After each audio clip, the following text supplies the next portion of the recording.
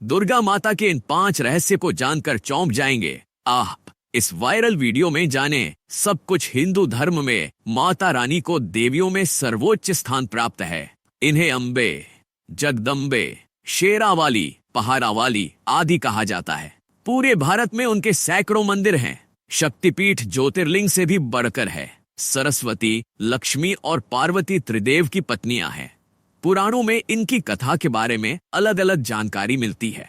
पुराणों में देवी पुराण देवी ने देवी के रहस्य के बारे में बताया है। आखिर अम्बा, जगदम्बा, सर्वेश्वरी आदि का रहस्य क्या है, ये जानना भी जरूरी है। जिसे माता रानी के बारे में पूरी जानकारी है वही उनका सच्चा भक्त है। हालांकि यह भी सच है कि इनके बारे में पूरी जानकारी इस लेख में नहीं दी जा सकती, लेकिन हम आपको बता सकते हैं कि आपको क्या जानना चाहिए। माता रानी कौन है? 1. अंबिका। शिव पुराण के अनुसार उस अविनाशी परब्रह्म काल ने कुछ समय बाद द्वितीय की इच्छा प्रकट की। उनके भीतर एक से अधिक होने का संकल्प जाग उठा। तब उस निराकार ईश्वर ने अपनी हरित शक्ति के आकार की कल्पना की, जो निराकार परम ब्रह्म है।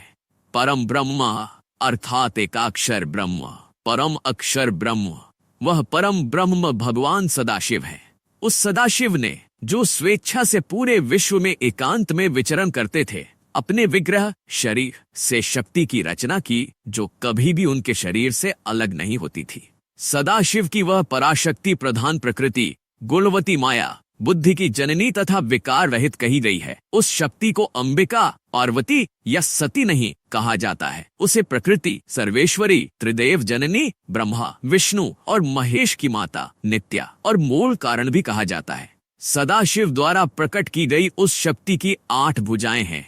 पराशक्ति जगत जननी, वह देवी अनेक प्रकार की गतियों से संपन्न है तथा अनेक प्रकार की अस्त्र शक्ति धारण करती है। एक कार्य होने पर भी वह माया शक्ति संयोगवश अनेक हो जाती है। इस शक्ति को जगदम्बा के नाम से भी जाना जाता है और यह सदाशिव की पत्नी है। देवी दुर्गा। हिरण्याक्ष के वंश में एक महान शक्तिशाली दैत्य उत्पन्न हुआ जो रुरु का पुत्र था, जिसका नाम दुर्गमासुर था। दुर्गमासुर से सभी देवता त्रस्त थे। उसने इंद्र की नगरी अमरावती को घेर लिया। देवता शक्तिहीन हो गए थे, इसलिए उन्होंने स्वर्ग से भाग जाना ही बेहतर समझा। भागकर वे पहाड़ों की दरारों और गुफाओं में छिप गए और सहायता हेतु आदि शक्ति अंबिका की आराधना करने लगे। देवी ने प्रकट होकर देवताओं को निर्भय होने का आशीर्वाद दिया। एक दूत ने दुर्गमासुर को यह सारी गाथा सुनाई और देवताओं के रक्षक अवतार की बात कही।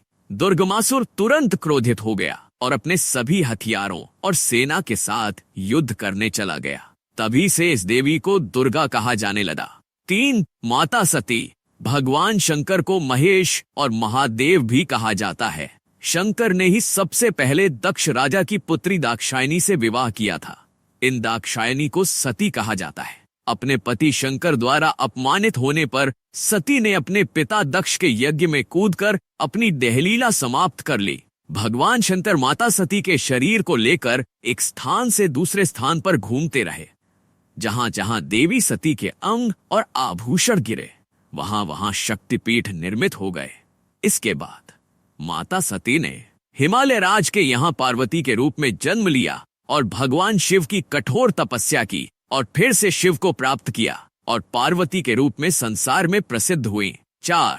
माता पार्वती। माता पार्वती शंकर की दूसरी पत्नी थी, जो पिछले जन्म में सती थी। देवी पार्वती के पिता का नाम हिमवान और माता का नाम रानी मैनावती था। माता पार्वती को गौरी, महागौरी, पहाड़ों वाली और शेरा वाली कहा जाता है। माता पार्वती को भी दुर्गा का ही रूप माना जाता है, लेकिन वह दुर्गा नहीं है। इन माता पार्वती के 2 पुत्र प्रमुख माने जाते हैं, एक श्री गणेश और दूसरे कार्तिकेय।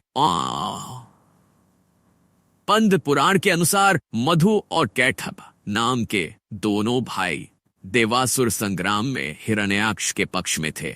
दुर्गा सप्तशती के अनुसार अंबिका की शक्ति महामाया ने अपने योग बल से उन दोनों को मार डाला। 6. काली। पौराणिक कथाओं के अनुसार भगवान शिव की 4 पत्नियां थीं। पहली सती, जिसने यज्ञ में कूदकर अपनी जान दे दी। यही सती दूसरे जन्म में पार्वती बनकर आईं, जिनके पुत्र गणेश और कार्तिकेय हैं। तब शिव की तीसरी पत्नी थी, जिनका नाम उमा था। देवी उमा को पृथ्वी की देवी भी कहा जाता है। इनका उत्तराखंड में एकमात्र मंदिर है। मां काली भगवान शिव की चौथी पत्नी हैं। उन्होंने इस धरती पर भयानक राक्षसों का विनाश किया था। काली माता ने ही राक्षस रक्तबीज का वध किया था। इसे 10 महाविद्याओं में सबसे प्रमुख माना जाता है। काली भी देवी अंबा की पुत्री थी। 7 महिषासुर मर्दिनी नवदुर्गा में से एक कात्यायन ऋषि की पुत्री ने रंभासुर के पुत्र महिषासुर का वध किया था। उसे ब्रह्मा से वरदान प्राप्त था कि उसकी मृत्यु किसी स्त्री के हाथों होगी। उसका वध करने के बाद माता महिषासुर मर्दिनी कहलाई। एक अन्य कथा के अनुसार जब सभी देवता उससे युद्ध करने के बाद भी जीत नहीं सके, तो भगवान विष्णु ने कहा कि सभी देवताओं की पूजा सभी देवताओं के साथ मिलकर की जानी चाहिए। सभी देवताओं के शरीर से एक दिव्य तेज निकलकर एक परम सुंदर स्त्री के रूप में प्रकट हुआ। प्रसन्न होकर उन्हें शीघ्र ही महिषासुर के भय से मुक्त करने का वचन दिया और भीषण युद्ध के बाद उसका वध कर दिया। 8 तुलजा भवानी और चामुंडा माता। देश भर में कई स्थानों पर मां तुलजा भवानी और चामुंडा माता की पूजा का विधान है।